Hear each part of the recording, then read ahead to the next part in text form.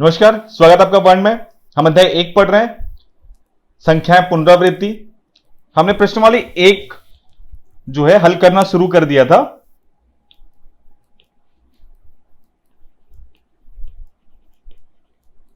अध्याय 1 का प्रश्नवाली 1 हम हल कर रहे थे, जहां हमने अभी तक प्रश्न 3 का तीसरा बना लिया था। अब आप प्रश्न तीसरे का चौथा देखेंगे। यह प्रश्न है ऋण 170 भागित ऋण 17। इसको हम हल करते हैं। ऋण 170 बटे में ऋण 17। आपको याद होगा, हमने आपको बार बार कहा है कि ऋण गुणा ऋण बराबर होता है धन, ऋण गुणा धन बराबर होता है ऋण। उसी प्रकार से धन गुणा धन होता है आपके पास धन, और धन गुणा ऋण आपका होता है ऋण। इसी प्रकार से भाग के लिए भी यही होता है। क्या होता है? धन भागित धन, धन ही होगा। ऋण भागित ऋण धन होगा। ऋण भागित, माफ कीजिएगा, भागित दे रहे हम,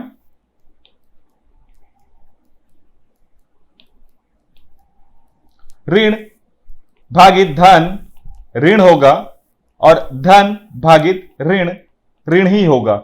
ये जो पॉइंट्स है आपको हमेशा सदैव याद रखना है, ये आपको आगे काम आएगा। उसी प्रकार से जोड़ने और घटाने में भी कुछ नियम थे जो हमने आपको बता चुका था। यहां पर हम हल करेंगे। ये ऋण कट गए, क्या हो गया? धन। धन का मतलब आप चाहे तो कुछ भी चिन्ह डाल सकते हैं अथवा नहीं भी डाल सकते हैं, ये आपके ऊपर होता है। और देखिए 2 गुणा 10 कितना हो गया? 20। उसी प्रकार से 8 गुणा 10 कितना हो गया? 80। माफ कीजिएगा, तो यहीं पर 17 है और उसके बाद में एक शून्य है, तो यह हुआ 17 एकम और 17 दहम 170। यहां पर उत्तर आ गया आपके पास 10। कितना आ गया उत्तर? 10। यह हो गया हमारा भाग खत्म। अगले प्रश्न की ओर जाते हैं हम। 5वां प्रश्न है ऋण 256 भागित 16। अब इसे हल करेंगे।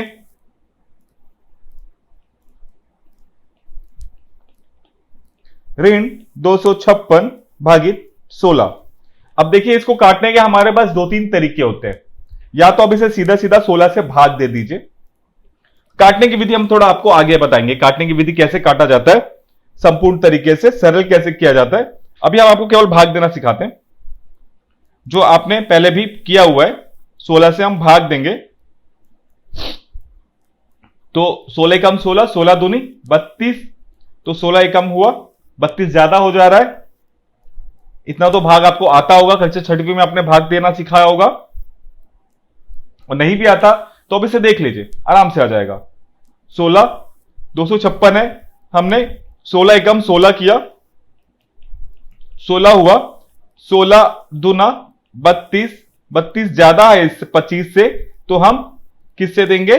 16 एकम 16। यहां पर आया आपके पास 9,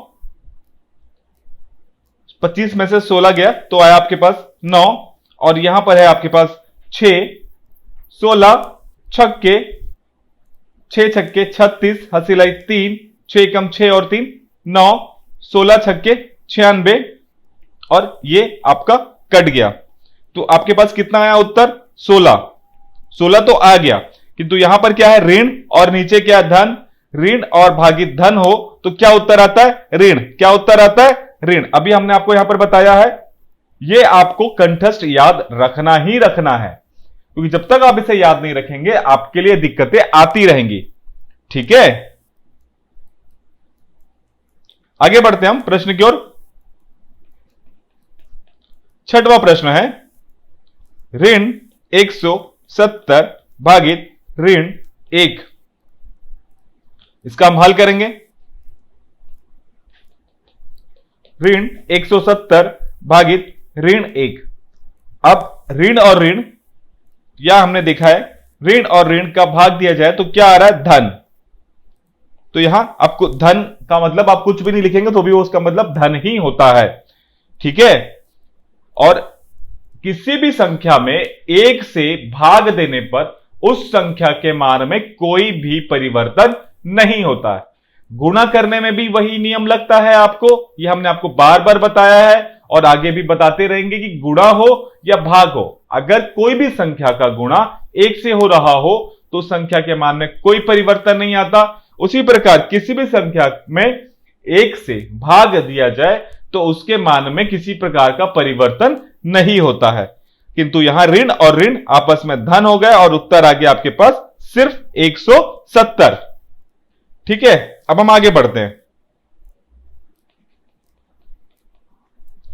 0 भागित ऋण 18। देखिए, 0 से किसी भी संख्या का गुणा हो अथवा भाग हो, वैसे 0 के बटे में अगर कुछ भी संख्या हो तो उसको हम अभाज्य कर देते हैं, किंतु उसके पश्चात भी वहां पर आपको नहीं लिखना है, वहां पर आपको केवल और केवल 0 लिखना है। यानी 0 का गुणा एवं 0 का भाग किसी भी संख्या से हो तो उसका परिणाम क्या आता है? 0। क्या आता है? 0। ठीक है, पहले आप इसे हल कर सकते हैं। पहले हम इसको हल करते हैं। 0 भागित ऋण 18 यानी 0। 0 में ऋण या धन संख्या नहीं होती, 0 अपने आप में एक अलग संख्या है, ऋणात्मक संख्या होती है, उसके बाद 0 आता है, उसके बाद क्या संख्या आती है? धनात्मक संख्या आती है। ठीक है, 8वां प्रश्न देखते हैं हम। 8वां प्रश्न 321 भागित ऋण 1।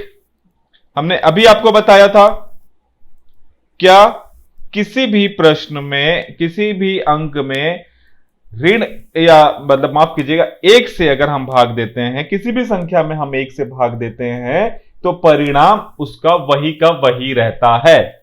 यानी जो अंक है उसका परिणाम वही अंक ही आता है। तो उसका अंक आ गया 321। किंतु यहां आप देखेंगे धन भागित ऋण हो तो परिणाम क्या आता है? ऋण। क्या आता है? ऋणात्मक संख्या। तो यहां आप क्या लिखेंगे? ऋण 321। आगे बढ़ते हैं हम।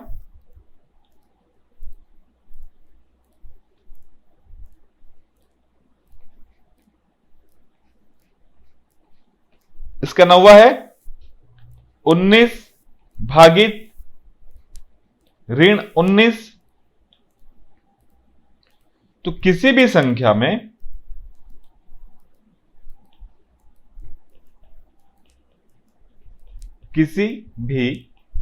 में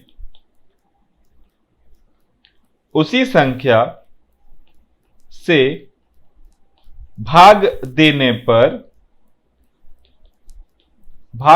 पर सदैव एक ही प्राप्त होगा। क्या प्राप्त होगा? 1। क्या प्राप्त होगा? 1।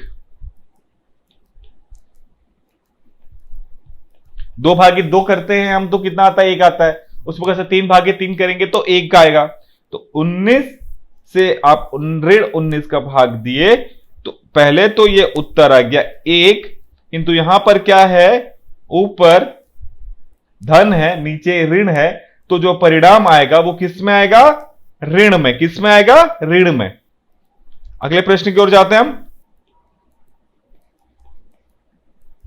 10वां प्रश्न है 200 भागित ऋण 10। हल करेंगे हम इसको। 200 भागित 10। अब ये तो बहुत इजी है, मगर मैं फिर भी आपको समझाने का प्रयास करता हूं इसके माध्यम से। 200 भागित 10 आपने किया तो 10 दूना 20, ये कट गया, 0 बचा, तो यहां 0 आपने डाल दिया और 0 0 कट गए। कितना आया उत्तर? कितना आया उत्तर? 20। ये ऋण है, माफ कीजिएगा, ये हुआ 20। उत्तर है 20। आप चाहे तो इसको बस कुछ ना करके ये 0 आप काट देते तो भी आपका उत्तर आ जाता। पर यहां आप देखेंगे, यहां क्या है? एक धन है और एक ऋण है। जिस प्रकार से हमने इस प्रश्न में भी हल किया था, वहां इस प्रकार इस प्रश्न में भी वैसे का वैसा ही उत्तर आ जाएगा। ठीक है, अगला प्रश्न हम देखते हैं। चौथा प्रश्न है, निम्न में से प्रत्येक रिक्त स्थान में ये यानी जिसका मुंह खुला हुआ होता है, जहां मुंह खुला हुआ होता है वह संख्या क्या होती है? बड़ी। और जहां बंद होता है वो होती है संख्या छोटी। ये अपने अगर पिछला क्लासेस आप देखते आ रहे हैं तो ये आपको ज्ञात होगा। उसके बाद है बराबर। बराबर यानी दोनों तरफ अगर परिणाम समान आ रहे हो तो उसका मतलब होता है बराबर। और ये भी वही, अगर इधर वाली संख्या बड़ी है तो ये लगेगा, और अगर इधर वाली संख्या बड़ी है तो ये लगेगा।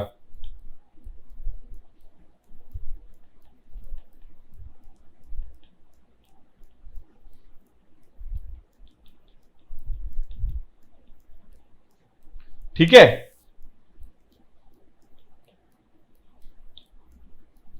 इसका पहला प्रश्न है,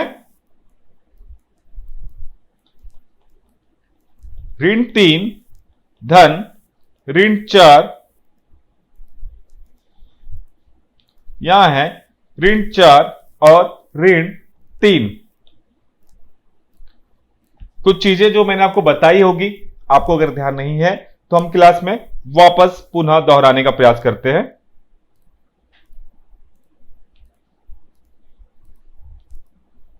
और वो क्या है?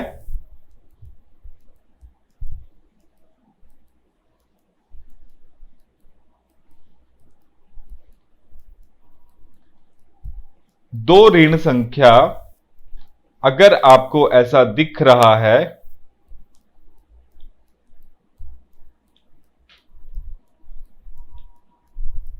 तो ये होगा, और इसका जो मतलब होता है, इसका मतलब ये भी होता है कि ऋण, और ये भी ऋण हो गया। नहीं, आप नहीं समझ पाएंगे तो इसको मैं मिटा देता हूं, इसको हम बाद में समझ लेंगे उदाहरण के रूप में। तो यहां पर संख्या आपस में जुड़ेंगी पर चिन्ह ऋण का होगा। किसका होगा? ऋण का। ऋण और ऋण संख्या अगर आपस में जुड़ रही है, ऋण और ऋण संख्या आपस में जुड़ रही है, तो जो आपस में जुड़ेंगी, दो ऋण संख्याएं आएगी तो वो आपस में जुड़ेगी, किंतु उस संख्या के सामने आपको क्या कर देना है? ऋण का चिन्ह लगा देना है। किसका चिन्ह लगा देना है? ऋण का चिन्ह लगा देना है। और अगर एक धन है और एक ऋण है, या मान लीजिए एक ऋण है, एक धन है, तो यहां पर संख्या घटेगी। एक ऋण है और एक धन है तो क्या हो गया? संख्या घटेगी। पर जिस संख्या बड़ी हो, यहां मुझे लिखना था, जो संख्या बड़ी हो उस संख्या का चिन्ह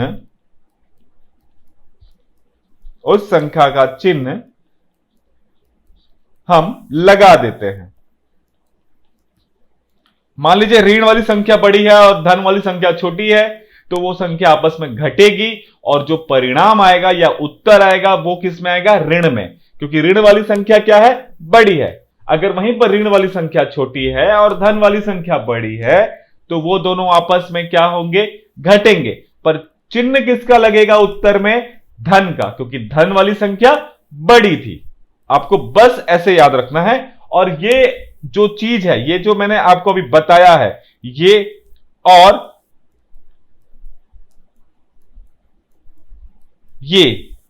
ये आपको जीवन में सदैव काम आनी है, सदैव। हर बार आपको इसका इस्तेमाल आते रहेगा और आपको इसका इस्तेमाल करते रहना पड़ेगा। अब हल करते हैं इसको। तो ये इस प्रश्न को मैं वापस दोहरा रहा हूं। ऋण 3 धन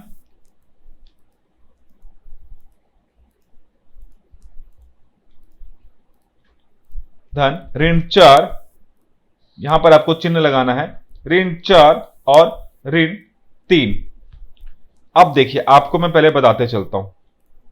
यहां पर क्या हुआ, यहां पर आपने ऋण 3 हटाया जब आप कोष्टक हटा रहे हैं, ठीक है। यहां पर ये धन है और कोष्टक का मतलब होता है गुणा। कोष्टक का मतलब क्या हुआ, गुणा।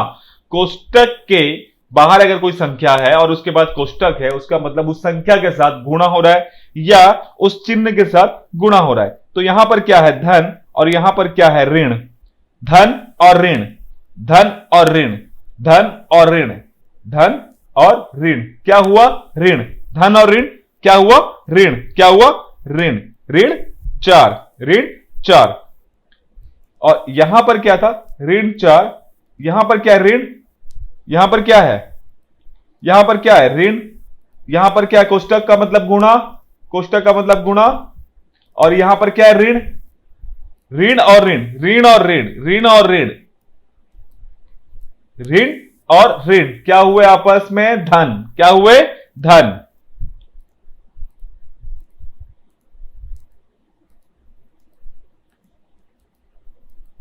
क्या हुए, धन। धन 3, ऋण और ऋण क्या हो गए, धन 3, ऋण और ऋण धन 3। यहां पर देखिए, यह है ऋण 3 और ऋण 4। मैंने आपको क्या बताया था, यहां पर आप गौर से देखिएगा, ऋण और ऋण संख्या आपस में जुड़ेगी। ये दोनों का आपस में क्या करना है, हमको जोड़ना है। और जो आएगा उसमें आपको ऋण का चिन्ह लगा देना है। किसका, ऋण का चिन्ह। तो यहां पर है 3 और 4 आपस में जुड़े तो कितना हुआ, 7। और चिन्ह आपको किसका लगा देना है, ऋण का। किसका चिन्ह लगा देना है, ऋण का। अब यहां देखिए आप, ये क्या है, ऋण 4 और ये है धन 3। ऋण और धन, जब ऋण और धन, ये ऐसी सिचुएशन आएगी, ऐसा संख्या लिखा होगा ऋण और धन, तो संख्या घटेगी, मतलब दोनों में अंतर निकाला जाएगा, यह घटेगा। तो 4 में से 3 हमने निकाला तो कितना आया आपके पास, 1। माफ कीजिएगा, 4 में से 3 गया तो आपके पास कितना बचा, 1। और उस संख्या का चिन्ह लगा देंगे, जो संख्या बड़ी होगी, जो संख्या बड़ी होगी उस संख्या का चिन्ह हम लगा देंगे। तो दोनों में से बड़ी कौन सी संख्या है, बड़ी संख्या कौन सी है, ऋण 4 बड़ी है कि 3 बड़ी है, मतलब 4 बड़ा है या 3 बड़ा है, 4 बड़ा है। तो 4 के सामने कौन सा चिन्ह लगा है, ऋण। तो हमने लिख दिया ऋण 1, ऋण 7 और ऋण 1। अब यहां पर आप देखेंगे एक चीज और, मैंने आपको बताया है पिछले क्लासेस में, फिर से आपको बता देता हूं कि ऋण वाली संख्या में, ऋण वाली संख्या में, ऋण वाली संख्या में जो संख्या जितनी बड़ी होगी वह संख्या उतनी छोटी होगी, छोटी होगी। यानी ऋण वाली संख्या में जो बड़ी संख्या होगी वो क्या होगी, छोटी। जितना बड़ा होता जाएगा वो उतना छोटा होता जाएगा। और ऋण संख्या में जितना छोटी संख्या है वो अपने आप से बड़ी संख्या हो जाएगी। तो 7 बड़ा है या 1, 7 बड़ा है किंतु ऋण की संख्या है, तो ऋण वाली संख्या में जो संख्या जितनी बड़ी होगी, यानी संख्या बढ़ती जाएगी, तो वो संख्या क्या होती जाएगी, छोटी। क्या होती जाएगी, छोटी। तो बड़ा क्या हो गया? ऋण 1। क्या हो गया? ऋण 1। तो यहीं पर अगर धन में सवाल होता तो 7 बड़ा होता और 1 छोटा, किंतु यहां ऋण का सवाल है तो ऋण में जो संख्या बड़ी हो वो संख्या छोटी हो जाती है और जो संख्या छोटी हो वो बड़ी हो जाती है। ये लग गया आपका चिन्ह। अब आते हैं हम अगले प्रश्न की ओर। प्रश्न नंबर 2। ऋण 5 ऋण 7 एक लगा है आपके पास, ऋण 7 ऋण 5। अब हम इसको करेंगे हल। यहां देखिए ये हो गया ऋण 5, ऋण गुणा ऋण और ऋण गुणा क्या हुए? धन। क्या हुए? धन 7, ऋण 7 ऋण और ऋण धन क्या हो गया? 5। अब यहां पर एक ऋण है एक धन है तो संख्याएं क्या होगी? आपस में घटेगी। अभी हमने इसको बनाया, इसको बार बार याद किया। ऋण और धन हो या धन और ऋण हो तो संख्याएं घटेगी, पर जो संख्या बड़ी हो उस संख्या का चिन्ह हम लगा देंगे। तो यहां पर संख्या बड़ी कौन सी? पहले 7 में से 5 घटाया तो आपके पास क्या आया? 2। यहां पर भी 7 में से 5 आया तो घटाया आपने क्या आया? 2। यहां क्या है? ऋण 5 छोटा है, धन 7 बड़ा है तो धन का चिन्ह लग गया। यहां पर ऋण 7 बड़ा है, ऋण 7 बड़ा है 5 से, यानी 7 बड़ा है तो 7 के सामने कौन सा चिन्ह लगा हुआ है? ऋण का। तो हमने यहां पर ऋण का चिन्ह लगा दिया। यहां पर 5 बड़ा, यहां पर 7 बड़ा था धन वाले में तो धन का चिन्ह लग गया। यहां पर 7 बड़ा है, ऋण का चिन्ह है तो ऋण का चिन्ह लगा दिया। अब धन वाली संख्या बड़ी होती है कि ऋण वाली संख्या बड़ी होती है? तो पहले ऋण वाली संख्या आती है, उसके बाद आता है शून्य। तो ऋण वाली संख्याओं से शून्य बड़ा होता है और शून्य के बाद आता है धन। तो ऋण वाली संख्याओं से धन वाली संख्या ज्यादा बड़ी होती है और शून्य से धन वाली संख्या बड़ी होती है। तो बड़ी क्या हुई? धन वाली संख्या। क्या बड़ी हुई? धन वाली संख्या। बड़ी और छोटी। यहां पर यह हुआ बड़ी और यह हुआ आपके पास छोटी संख्या। बढ़ते हम अगले प्रश्न की ओर।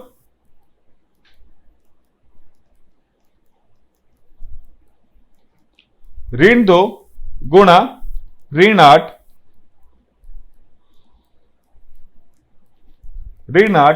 गुणा ऋण 2। अब देखिए हम आपको बता चुके गुणन का नियम। दोनों संख्याएं, आप ध्यान से देखिएगा, वैसे आप चाहे तो इसे हल भी कर सकते हैं, हम हल करके भी देखते हैं और दूसरे नियम भी आपको बताता हूं। पर यहां पर देखिए, यहां 2, यहां 8, यहां 8, यहां 2, केवल क्रम का अंतर चेंज है, केवल क्रमों को ही इधर का उधर किया गया है। जब केवल क्रमों को इधर का उधर किया जाता है गुणा में तो परिणाम समान ही आते हैं, परिणाम समान ही आते हैं। अब इसको मैं आपको हल्के करके भी दिखाता हूं। 8 दूना 16, यहां पे 8 दूना 16, ये ऋण है, ऋण और ऋण का आपस में गुणा हुआ तो क्या हुआ? ये देखिए, ऋण और ऋण, ऋण और ऋण, ऋण और ऋण का गुणा हुआ तो क्या हुआ? धन। क्या हुआ? धन।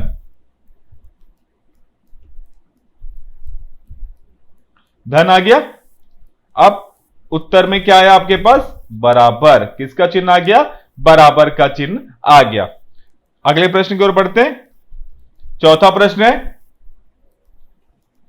ऋण 10 भागित ऋण 6, ऋण 6 भागित ऋण 10। अब देखिए यहां पर ये थोड़ा सा आपके लिए ट्रिकी सवाल है। ट्रिकी सवाल क्यों है? यहां 10 में से 6 का भाग देंगे तो ये 1 दशमलव कुछ कुछ आएगा, मतलब 1 के बाद में। और यहां पर यह जो पहले वाली संख्या है छोटी है, यहां पर पहली वाली संख्या बड़ी है, तो छोटी वाली संख्या से भाग दी जा सकती है। किंतु जब छोटी वाली संख्या से बड़ी वाली संख्या भाग दी जाएगी तो वो भाग देना थोड़ा मुश्किल हो जाएगा। यहां बराबर नहीं होगा क्योंकि गुणा में बराबर होता है, दोनों पक्षों का क्रम विनिमय हो जाए, और जोड़ने में क्रम विनिमय हो तो उत्तर बराबर आता है, किंतु घटाने में और भाग में क्रम विनिमय हो तो संख्या जो है बराबर नहीं आती है। किंतु यहां पर जो संख्या भाग दी जा रही है, जिससे भाग दी जा रही है उससे संख्या बड़ी है, इसलिए यहां पर उत्तर आता है बड़े का, जहां संख्या पहली संख्या बड़ी हो। ठीक है, तो हम आज की क्लास यहीं पर समाप्त करते हैं। कल हम चौथे की आगे प्रश्न को हल करेंगे, साथ में कल थोड़ा तेज बताएंगे। ये जो हमने ये सब बताई है, ये जो हमने यहां जो संख्या बताई है, ये संख्या को आपको याद रख लेना है। कल इस संख्या को हम वापस नहीं दोहराएंगे, इन सब चीजों को। इसके लिए हम डायरेक्ट आगे बढ़ते चलेंगे और आपको ये सब चीजों को याद रखना है, इसको याद रखना है, ये सबको याद रखना है, इनको याद रखना है और हमेशा सदैव याद रखना, एकदम रट्टा मार लीजिए। ठीक है, तो आज की क्लास हम यहीं पर समाप्त करते हैं। आज के लिए धन्यवाद।